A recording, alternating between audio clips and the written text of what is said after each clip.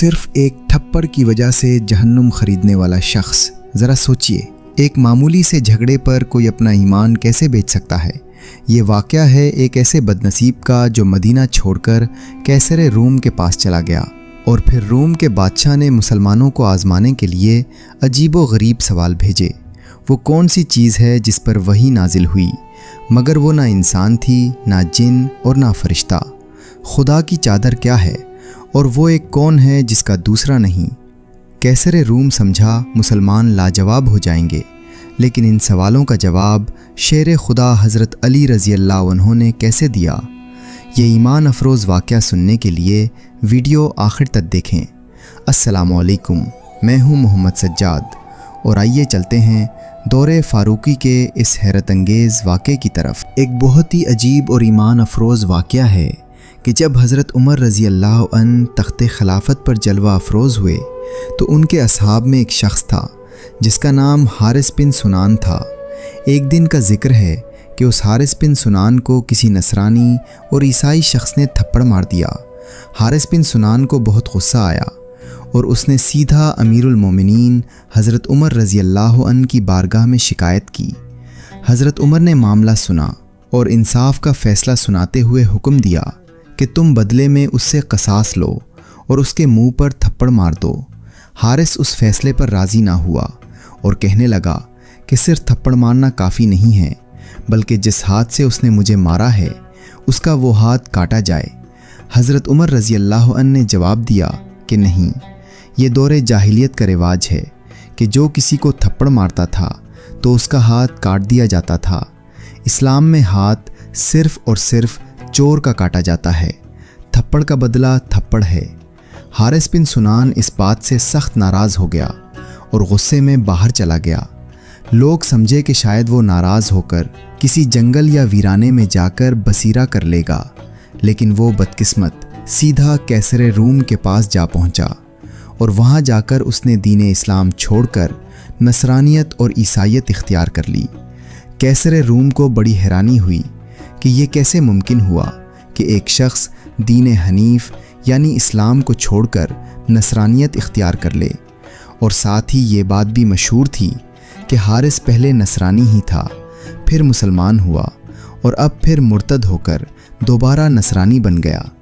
حالانکہ اصول یہ ہے کہ جو اسلام سے مرتد ہو جائے وہ نہ نصرانی رہتا ہے، نہ یہودی اور نہ ہی مجوسی۔ لیکن قیصر روم نے اپنی خوشی میں اسے کہا کہ تم صرف ہمارے طریقے پر نماز پڑھو اور روزہ رکھو، باقی کچھ نہیں۔ آخر کار قیصر روم نے حارث بن سنان کی تکریم کے لیے ایک سنہری تخت لگوایا اور اپنے درباریوں اور حاشیہ نشینوں کو حکم دیا کہ اس کو جھک کر سلام کریں، اور ہر مہینے اسے 1000 دینار بطور انعام دیا جائے۔ اس زمانے میں قیصر روم کے قید خانے میں 300 مسلمان قید تھے۔ قیصر نے حکم دیا کہ ان قیدیوں کو حارث کے سامنے لایا جائے اور انہیں حارث کی یہ شان و شوکت دکھائی جائے، اور ساتھ ہی یہ اعلان بھی کرو کہ تم میں سے جو شخص اسلام چھوڑ کر نصرانیت اختیار کرے گا اس کو بھی حارث کی طرح یہی انعام و اکرام ملے گا۔ مسلمان قیدیوں نے جب حارث کی یہ حالت دیکھی کہ وہ ایمان بیچ کر دنیا کما رہا ہے تو وہ غم سے نڈھال ہو گئے اور اپنے گریبان چاک کر کے بلند آواز سے رونے لگے اور کہنے لگے کہ اگر ہمارے رب نے ہم پر رحم نہ کیا تو ہم نقصان اٹھائیں گے۔ وہ حارث کو مخاطب کر کے کہنے لگے کہ اے حارث، تجھ پر سخت افسوس ہے، کیا تو نے قرآن کی وہ آیت نہیں پڑھی جس میں فرمان خدا ہے کہ اگر تو نے شرک کیا تو تیرا عمل ضائع ہو جائے گا اور تو نقصان اٹھانے والوں میں سے ہو جائے گا۔ وہ قیدی بلند آواز سے رو رہے تھے، انہیں حارث کے نصرانی ہو جانے کا بڑا دکھ تھا۔ قیدیوں کو روتا دیکھ کر حارث کو بجائے شرمندگی کے اس نے الٹا جواب دیا اور کہنے لگا کہ سنو، میں نے تمام قرآن بھلا دیا ہے، البتہ ایک آیت مجھے یاد ہے کہ فرمان خدا ہے، جس کا وہ غلط مفہوم بیان کرنے لگا کہ جو اسلام کے علاوہ کوئی اور دین اختیار کرے تو اس سے وہ قبول نہ کیا جائے گا اور وہ آخرت میں نقصان اٹھانے والوں میں سے ہوگا۔ حارث اپنی بدبختی میں اس آیت کا الٹ مطلب لے رہا تھا۔ قیصر روم بڑے غور سے قیدیوں اور حارث کی گفتگو سن رہا تھا۔ یہ جذباتی منظر اور مسلمانوں کا اپنے دین پر اتنا پختہ یقین دیکھ کر وہ زیادہ متفکر ہو گیا اور گہری سوچ میں پڑ گیا۔ اس نے فوراً درباریوں کی میٹنگ بلائی جس میں تمام مشیروں اور بڑے بڑے پادریوں کو طلب کیا گیا۔ جب یہ تمام علماء نصارہ اور پادری اکٹھے ہو گئے تو قیصر روم نے انہیں بتایا کہ اے میرے ہمنشینوں اور علماء نصارہ، آج مجھ پر ایک عظیم مصیبت نازل ہوئی ہے جس کی وجہ سے میں سخت پریشان ہوں۔ پادریوں نے پوچھا کہ بادشاہ سلامت، وہ کون سی پریشانی ہے جو آپ کو لاحق ہے؟ قیصر روم نے کہا کہ میں حارث بن سنان کے بارے میں سوچ رہا ہوں کہ یہ اسلام کو چھوڑ کر ہمارے دین میں کیوں داخل ہوا ہے۔ کیا اس نے دین اسلام میں کوئی کمزوری دیکھی ہے، یا پھر مال و دولت کے لالچ میں آ کر اس نے ایسا کیا ہے، یا پھر یہ کوئی مکر اور جاسوسی کی چال ہے جس کی خاطر اس نے ہمارا مذہب قبول کیا ہے؟ کیونکہ آج جب میں نے مسلمان قیدیوں کو حارث کے سامنے کھڑا کیا اور انہیں بتایا کہ یہ مذہب نصرانی قبول کر چکا ہے تو وہ قیدی اس کے مرتد ہونے پر اتنا روئے کہ بے ہوش ہو گئے۔ میں نے لاکھ کوشش کی کہ انہیں دولت کا لالچ دے کر نصرانیت کی طرف راغب کروں، لیکن انہوں نے میری ایک نہ سنی اور میری ترغیب کا ان پر ذرہ برابر اثر نہیں ہوا۔ اس کا مطلب یہ ہے کہ مسلمان اپنے دین پر اس قدر پختہ ہیں کہ وہ کسی وقت بھی ہم پر غالب آ سکتے ہیں۔ وہ علماء نصارہ اور پادری کہنے لگے کہ یہ کوئی اتنی پریشانی کی بات نہیں ہے، آپ ان مسلمانوں کے بادشاہ کو ایک خط لکھیں جس میں حارث بن سنان کا واقعہ لکھیں، اور اس کے بعد چند مشکل سوالات ہم آپ کو بتاتے ہیں، وہ سوالات بھی اس خط میں لکھ بھیجیں۔ اگر وہ ان سوالات کے صحیح جواب دے دیں تو پھر سمجھ لینا کہ دین اسلام حق ہے، اور پھر تجھے یقین کرنا چاہیے کہ اسلامی لشکر فتوحات کرتا ہوا تیرے ملک روم سے بھی گزر جائے گا۔ اور اگر وہ ان سوالات کے جواب نہ دے سکیں تو پھر سمجھ لینا کہ اس دین میں کوئی صداقت نہیں، یہ از خود ختم ہو جائے گا اور ان کا غلبہ تیرے ملک پر نہ ہو سکے گا۔ اس کے بعد آپ کی مرضی ہو تو مسلمان قیدیوں کو رہا کر کے ان سے پوچھ لیجئے گا، اگر وہ نصرانیت اختیار کریں تو ٹھیک، ورنہ ان کے سر قلم کر دینا۔ پادریوں نے مزید کہا کہ اگر یہ اسی نبی محمد صلی اللہ علیہ وآلہ وسلم کا دین ہے جس کی بشارت حضرت عیسیٰ علیہ السلام نے دے رکھی ہے تو پھر صرف روم کیا، یہ دین پوری دنیا میں پھیلے گا، اور اگر یہ وہ نبی نہیں تو یہ دین خود بخود ختم ہو جائے گا۔ آخر کار انہوں نے باہمی مشورہ کر کے ایک خط لکھا اور مدینہ منورہ روانہ کیا۔ قیصر روم کا یہ خط امیر المومنین سیدنا فاروق اعظم رضی اللہ عنہ کے نام تھا۔ خط کا مضمون کچھ یوں تھا: یہ خط ہے قیصر روم کا حضرت عمر بن خطاب کی طرف۔ اما بعد، آپ کو معلوم ہونا چاہیے کہ حارث بن سنان تمہارا دین اسلام چھوڑ کر ہمارے دین نصارہ میں داخل ہو چکا ہے۔ مجھے یہ معلوم نہیں کہ تمہارا دین سچا ہے یا نہیں، اور یہ بھی معلوم نہیں کہ تمہارا دین وہی ہے جس کے پیغمبر کی بشارت ہمیں حضرت عیسیٰ علیہ السلام نے پہلے سنائی ہے کہ میرے بعد ایک نبی آئے گا جس کا نام احمد ہوگا، اور اس کا ذکر انجیل میں بھی ہے کہ وہ امام تمہارے ہر اختلاف کو مٹا دے گا۔ آپ کو چاہیے کہ خدا سے ڈریں اور اس نبی کے اطاعت گزار بن جائیں اور اس کی مخالفت کبھی نہ کرنا، ورنہ تم ہلاک ہو جاؤ گے۔ اگر تم نے محمد صلی اللہ علیہ وآلہ وسلم سے جنگ کرنے کی کوشش کی تو تمہیں شکست فاش ہوگی، کیونکہ خدا کا وعدہ ہے کہ میں اپنے محمد کا مددگار ہوں گا اور دشمنوں کے دلوں میں اس کا رعب و دبدبہ ڈال دوں گا۔ اب اگر آپ کے دین کا پیغمبر وہی محمد ہے تو ہمارے ان سوالات کا جواب بھیجیں۔ یہ سوالات تورات، انجیل اور زبور میں بھی موجود ہیں۔ ہمیں چونکہ آپ کے دین کے بارے میں شک ہے، لہٰذا ان مسائل کے حل ہو جانے سے ہمیں یقین حاصل ہوگا کہ آپ کا دین صحیح ہے۔ سوالات کی تفصیل کچھ یوں تھی: پہلا سوال، بسم اللہ الرحمن الرحیم کا معنی کیا ہے؟ دوسرا سوال، الحمدللہ رب العالمین کا معنی کیا ہے؟ تیسرا سوال، مالک یوم الدین کا معنی کیا ہے؟ چوتھا سوال، ایاک نعبد و ایاک نستعین کا معنی کیا ہے؟ آپ لوگ کسی چیز کے لیے مدد چاہتے ہیں؟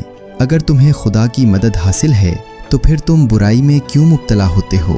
اور خدا کی مدد کے ہوتے ہوئے تم دوسروں کی حکومتوں پر قبضہ کیوں کرتے ہو؟ 5واں سوال، اہدنا الصراط المستقیم کا معنی کیا ہے؟ اگر آپ کو اپنے دین میں شک نہیں تو پھر تم کون سی ہدایت کے طالب ہو؟ 6واں سوال، صراط الذین انعمت علیہم کا معنی کیا ہے اور وہ کون سا انعام ہے جو امت محمد پر ہوا ہے؟ 7واں سوال، غیر المغضوب علیہم کا معنی کیا ہے اور ولدالین سے مراد کیا ہے؟ کیسر نے لکھا کہ یہ وہ کلام ہے جو ہمیں نہ تورات میں ملا اور نہ ہی ہم نے انجیل و زبور میں پڑھا ہے۔ ان کے علاوہ ہمیں بتاؤ کہ خدا کی ردہ چادر کون سی ہے اور ہمیں خدا کا مقام بتائیں، وہ کون سا پیغام رساں ایلچی ہے جو نہ جن تھا نہ فرشتہ تھا اور نہ انسان تھا۔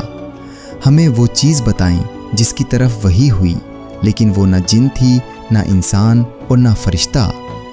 حضرت موسیٰ علیہ السلام کے عصا لاٹھی کا نام کیا تھا اور وہ عصا کون سے درخت کا تھا؟ وہ ایک کون سا ہے جس کے ساتھ دوسرا نہیں؟ وہ 2 کون سے ہیں جن کے ساتھ تیسرا نہیں؟ وہ 3 کون سے ہیں جن کے ساتھ چوتھا نہیں؟ وہ 4 کون سے ہیں جن کے ساتھ 5واں نہیں؟ اور خط میں لکھا تھا کہ اسی طرح انہوں نے 10 تک گنتی کے سوال کیے۔ اس کے بعد کیسر نے خط کو بند کر کے اپنے ایلچی کو دیا اور حکم دیا کہ جلدی جلدی یہ خط مدینہ پہنچاؤ۔ ایلچی خط لے کر مدینہ پہنچا۔ اس نے وہاں جا کر لوگوں سے پوچھا کہ تمہارے بادشاہ کا مکان کہاں ہے؟ لوگ اسے حضرت عمر رضی اللہ عنہ کے گھر لے گئے۔ وہاں کوئی محل یا دربان نہیں تھا۔ نصرانی نے دروازے پر دستک دی۔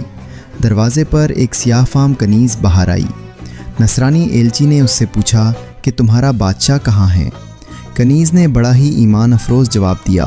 اس نے کہا، بادشاہ تو ہر چیز کا خدا ہے، البتہ اس وقت مسلمانوں کے خادم حضرت عمر رضی اللہ عنہ ہیں جو اس وقت بازار گئے ہوئے ہیں۔ نصرانی انتظار میں بیٹھ گیا۔ جب حضرت عمر بازار سے واپس آئے تو ایلچی نے انہیں کیسر روم کا خط پیش کیا۔ حضرت عمر نے خط کھولا اور جب حارث بن سنان کے نصرانی ہو جانے کے بارے میں پڑھا تو انہیں سخت افسوس ہوا۔ آپ نے ایلچی کو وہیں بٹھایا اور صحابہ کرام کو بلایا جن میں حضرت علی رضی اللہ عنہ بھی شامل تھے۔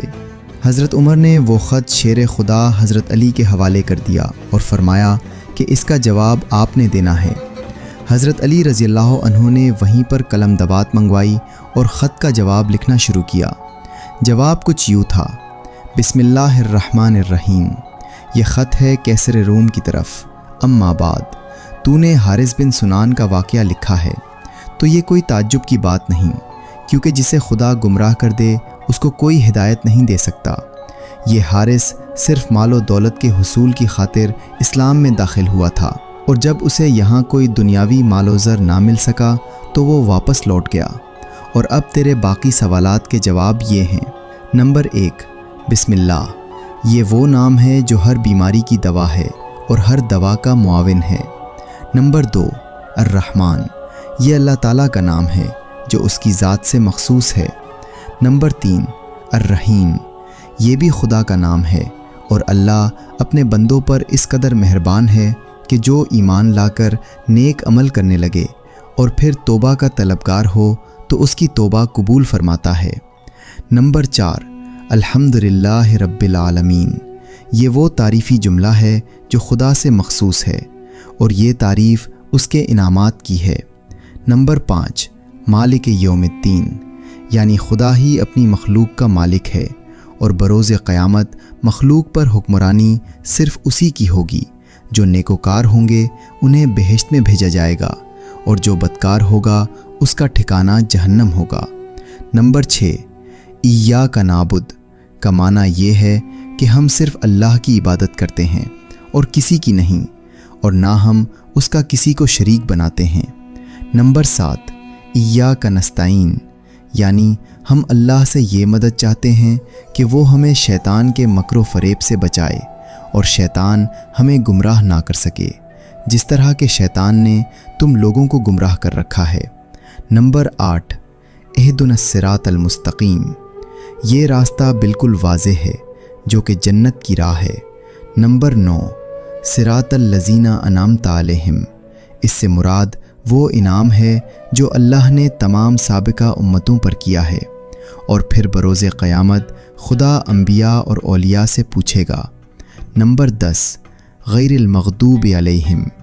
اس سے مقصود وہ لوگ ہیں جو نعمات خدا کے منکر ہیں، اور پھر ان پر خدا کا قہر و غضب نازل ہوا اور ان کی صورتیں بھی بدل دی گئیں۔